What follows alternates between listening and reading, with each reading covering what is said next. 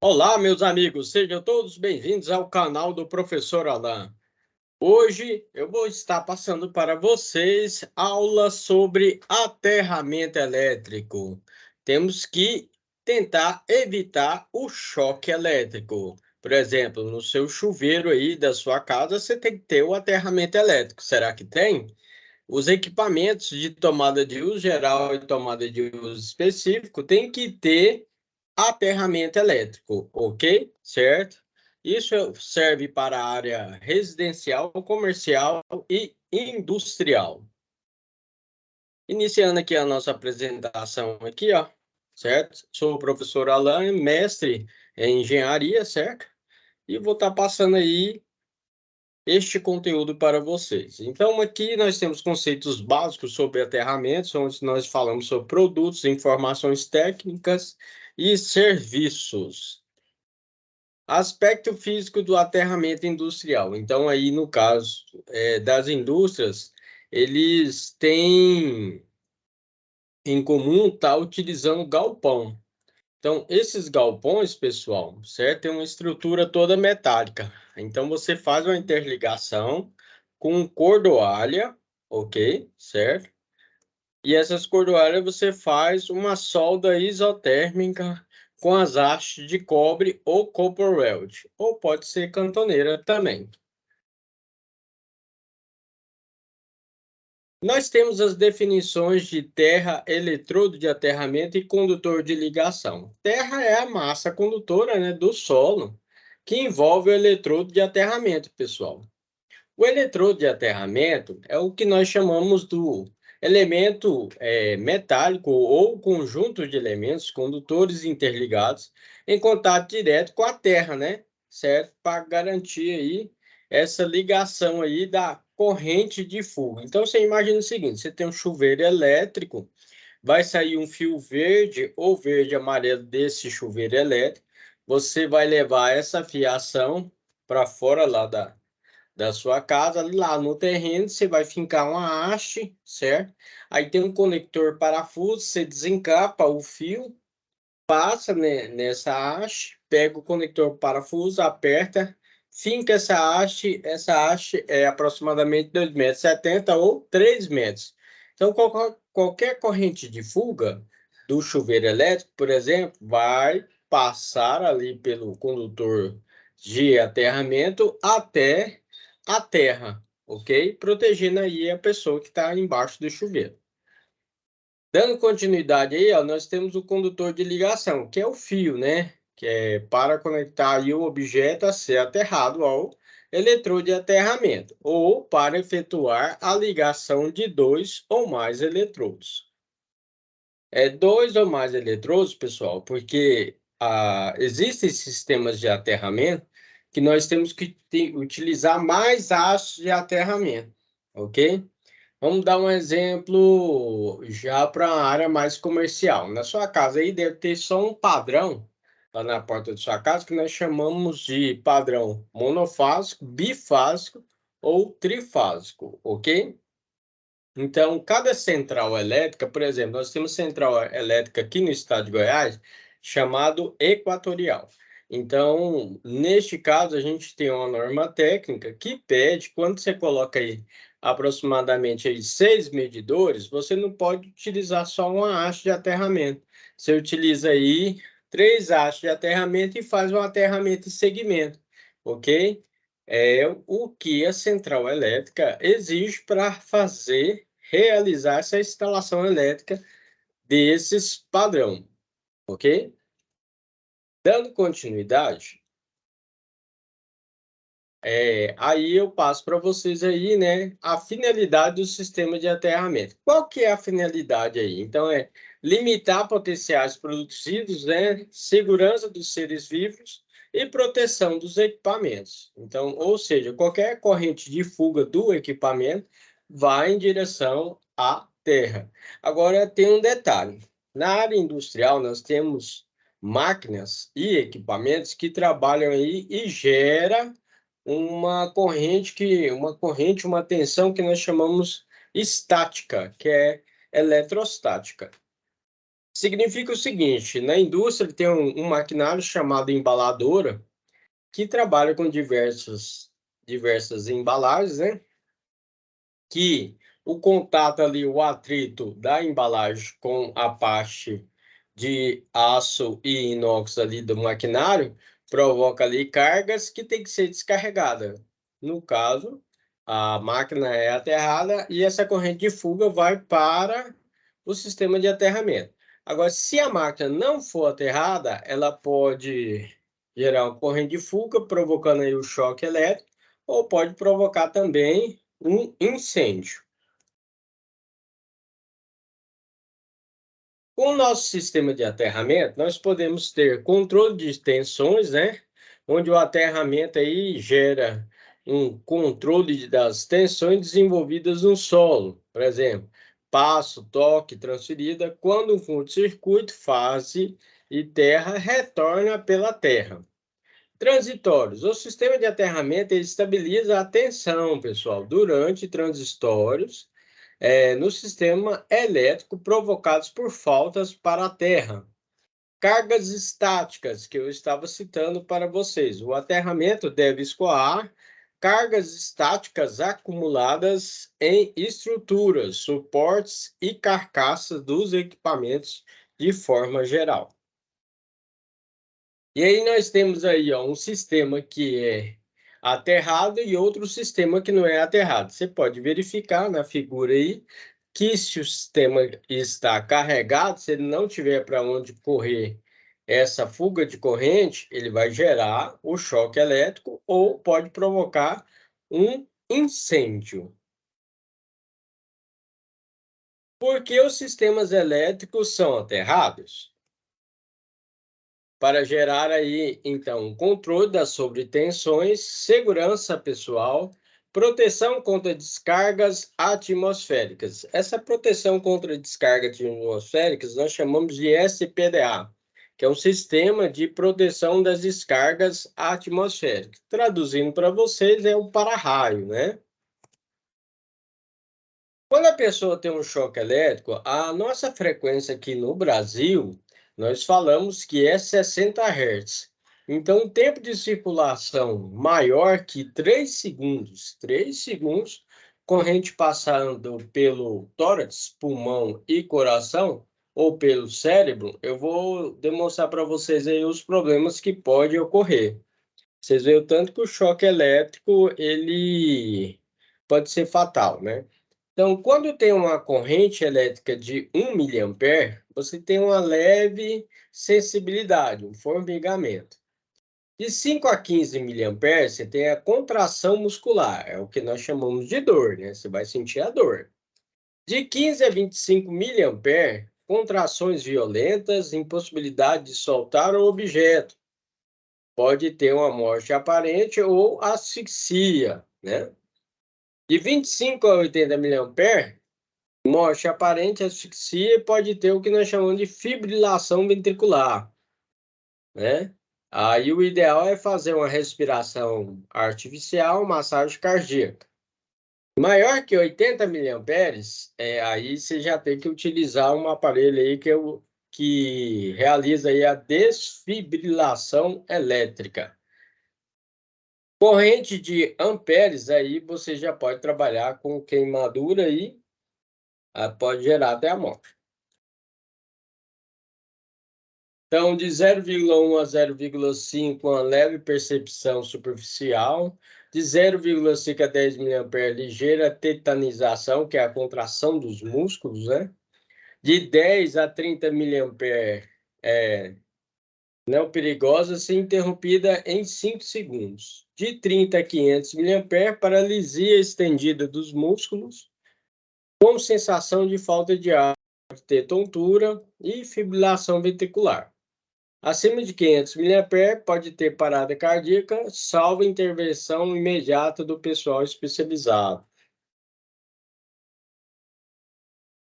Quando nós temos o choque elétrico, nós falamos que temos o choque direto e o indireto.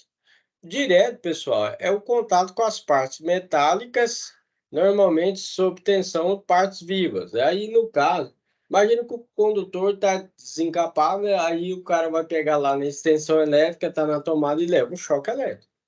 Contatos indiretos é o contato de pessoas ou animais com partes metálicas, normalmente não energizadas, mas que podem ficar energizadas devido a uma falha de isolamento. Na sua casa, com certeza você tem a geladeira. A geladeira tem um motor lá que nós chamamos de compressor lá. Esse motorzinho, ele pode gerar uma fuga de corrente com o tempo. Essa fuga de corrente passa para toda a carcaça da sua geladeira, porque a carcaça da geladeira é de metal, e o metal conduz eletricidade, pessoal. Então, por isso que a sua geladeira também tem que estar aterrada, ok? A geladeira é ligada na tomada, essa tomada ela tem que ser fase, neutro e terra. Tá vendo a importância do aterramento? Aí o professor passa aí, ó, o exemplo do contato direto e o contato indireto. Tá vendo lá? A senhora foi passar a roupa lá, pegou no cabo lá, estava desencapado, levou o choque. O bebê lá tá pegando um grampo e colocando na tomada. E o contato indireto lá gerou a fuga de corrente na geladeira e levou o choque. Para isso, então, que nós utilizamos aí, ó, o DR. O DR é o dispositivo residual, ok? Que ele protege aí o circuito elétrico aí contra uma possível fuga de corrente. O DR, ele é um dispositivo diferente do disjuntor comum que você conhece, porque no DR você vai ver que chega fase neutra e faz fase neutra para o circuito. O que que ele faz? Ele faz a análise da corrente que vai e da corrente que retorna para o circuito. Se tiver uma variação em miliamperes, ele vai desarmar o circuito em milissegundos. Então, nós temos aí, ó, proteção contra contatos indiretos. Então, nós temos proteção por dupla isolação, por exemplo, as furadeiras que nós trabalhamos hoje, todas elas são com dupla isolação. Proteção por locais não condutores, proteção por ligação, né? E proteção por separação elétrica. Então, nós temos aí, ó, as tomadas aí, ó, de 3 pinos. Agora que nós trabalhamos com fase neutra e terra, que é o pessoal nós chamamos aí de tomada padrão. Evite o uso de adaptadores. Então, no caso aí de tomada de uso geral, você pode verificar que o professor está demonstrando para vocês o condutor terra. O condutor terra, ele está identificado aí pela cor verde e amarelo. Mas o comum é ser utilizada a cor verde, que é o famoso mais barato. Mas você pode comprar verde e amarelo, sem problema nenhum. No caso da tomada, você tem fase neutra e terra. E vista de frente, você vendo aí o seu equipamento aí, a sua tomada, o neutro é ligado na esquerda também, pessoal. Tomada de uso específico, também vai o aterramento. Lá você está vendo lá, ó, um equipamento de uso específico chamado secadora. Também nós temos fase neutro e terra para proteger contra uma fuga de corrente, evitando o nosso choque elétrico.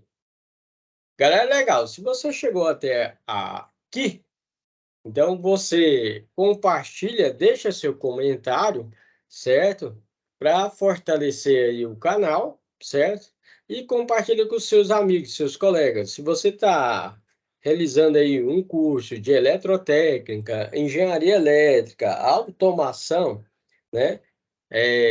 Se inscreva no canal para novidades na área, ok? Aqui você encontra inovação e tecnologia. Então, com o fio terra, a corrente do circuito aumenta muito e a proteção disjuntor ou fusível irá desligar. A corrente que circula pelo corpo da pessoa é muito pequena porque ela ficou em paralelo com o fio terra. Ou seja, se o equipamento está aterrado e bater uma fase ali, pode fechar o curto-circuito e vai desarmar lá o dispositivo de proteção, protegendo a pessoa, né? Sem o fio terra, a corrente de circuito não aumenta e a proteção, né, não irá desligar. A corrente que circula pelo corpo da pessoa pode ser elevada. Aí o professor coloca nesse slide aí, tá vendo? O equipamento motor elétrico que é bastante utilizado da indústria, um está aterrado e o outro não está aterrado, tá vendo aí? O que está aterrado, a pessoa não leva o choque elétrico. A corrente de fuga do motor vai para a terra. Quando o equipamento não está aterrado, passa pela pessoa e vai para a terra, tá vendo lá? A pessoa, no caso, quando não tem um aterramento, está levando choque elétrico. Como citei para vocês aí, caso tenha aí uma falha, bate uma fase aí do motor na carcaça e o motor está aterrado, vai fechar um curto-circuito e o nosso dispositivo de proteção, que é o disjuntor, vai desarmar o circuito. É por isso que a gente indica também que na indústria você, ou na sua casa também, né, ou na área comercial, você tem que colocar o que nós chamamos de QGD, ou seja, um quadro geral de distribuição, onde você vai estar chegando aí a fase, o neutro e o terra, ok? Aí você vai ter um disjuntor geral, um disjuntor para iluminação, um disjuntor para tomadas de uso geral, um disjuntor para tomada de uso específico. Por exemplo, você pode colocar disjuntor para o ar-condicionado, disjuntor para o chuveiro elétrico, disjuntor para a máquina de lavar e assim sucessivamente. Aqui, ó, eu demonstro para vocês tensão de passo. Tensão de passo aqui. Então, você imagina que caiu, por exemplo, vamos dar um exemplo que aconteceu na indústria. O caminhão foi fazer a entrega na indústria, bateu sem querer, né? O motorista bateu sem querer no poste, o transformador caiu, bateu no chão e o transformador ele era de 34,5 kV. 34,5 kV é 34.500 volts, é uma tensão bastante elevada. O solo é condutor de eletricidade, pessoal. E aí nós falamos que tem uma geração de tensão de passo. Essa tensão de passo é o que nós chamamos de diferença de potencial. Você imagina que você coloca, vamos dar um exemplo de 1.000 volts. Então, se você coloca um pé numa onda que está ali 1.000 volts, e do outro lado ali também 500 volts, exemplo, a diferença ali, que no caso ali de 500 para 1.000 é 500 volts, você vai estar recebendo esse valor de tensão elétrica, que não é legal, né? Por isso que você tem que tomar cuidado com essa tensão de passo. Quando cai o raio, o cone no local, a tensão é bastante elevada, ok? Acima de 33.000 volts. Aí gera uma tensão de passo elevada. Por isso que as vaquinhas aí, né? Elas pegam e infelizmente falecem aí quando cai um raio aí na fazenda, né? Porque você pode ver que quando chove aí elas se agrupam, né? Procurando aí um local de abrigo, né? Cai o raio lá no passo lá, e aí, como elas têm 4 patas lá, aí dá uma diferença de passo, de tensão de passo com as patas da frente e as patas de trás, as patas traseiras. Aí o valor da tensão é mais elevado, ok? Aí tá o exemplo aí, tá vendo? A tensão de passo é como se eu pegasse uma pedrinha. Imagina que eu pego uma pedra e jogo no lago. Você vai ver que ali, ó, há uma formação, uma onda. Você já viu que forma uma onda lá? Quanto mais próximo você tiver dessa onda, maior o valor da tensão elétrica. Quanto mais distante você tiver, menor é a tensão, ok? Os eletrodos de aterramento, nós temos aí eletrodos aí existentes naturais, né, que a gente utiliza do próprio prédio. Hoje em dia, com o avanço da tecnologia, eles estão deixando de fazer esse aterramento no próprio prédio, porque existem teorias que quando cai o raio lá no sistema de SPDA, os metais, quando ele tem uma temperatura elevada, ele vai dilatar. Quando ele dilata, ele vai aumentar, né? ou seja, ele aumenta de tamanho. Como ele está na estrutura, certo? De alvenaria, ele aumentou de tamanho. Quando ele volta à temperatura normal, ele volta ali, aproximadamente ali ao seu tamanho normal. Aí causou uma fissura na estrutura, por isso que eles já não estão fazendo o sistema de aterramento aí direto, não. Algumas empresas não. Nós temos aí eletrodos fabricados que normalmente nós chamamos de hastes de aterramento, ok? Aí tem de 2,40 m, 2,70 m e 3 metros.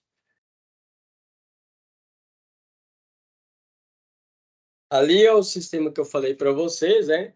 O pessoal do prédio faz o sistema de aterramento na própria estrutura. E ao lado nós temos a haste de aterramento, que nós chamamos de eletrodo, que aí é fabricado, tá?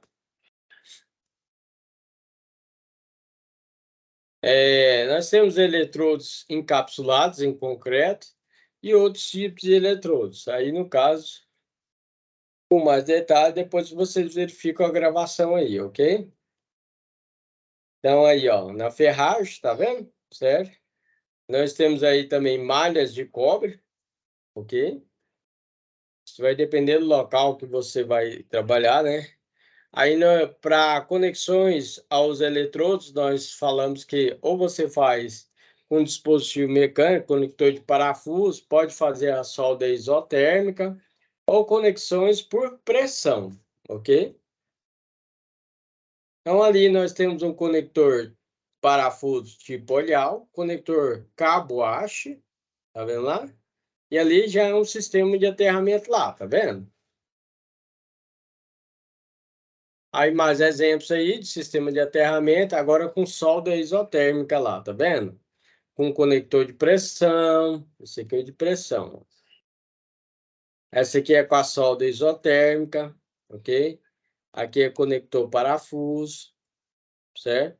E esse aqui é o termômetro que nós utilizamos para fazer as medições, ok? Do nosso sistema de aterramento. Pessoal, depois eu vou estar passando para vocês aí, ó, os nossos esquemas de aterramento.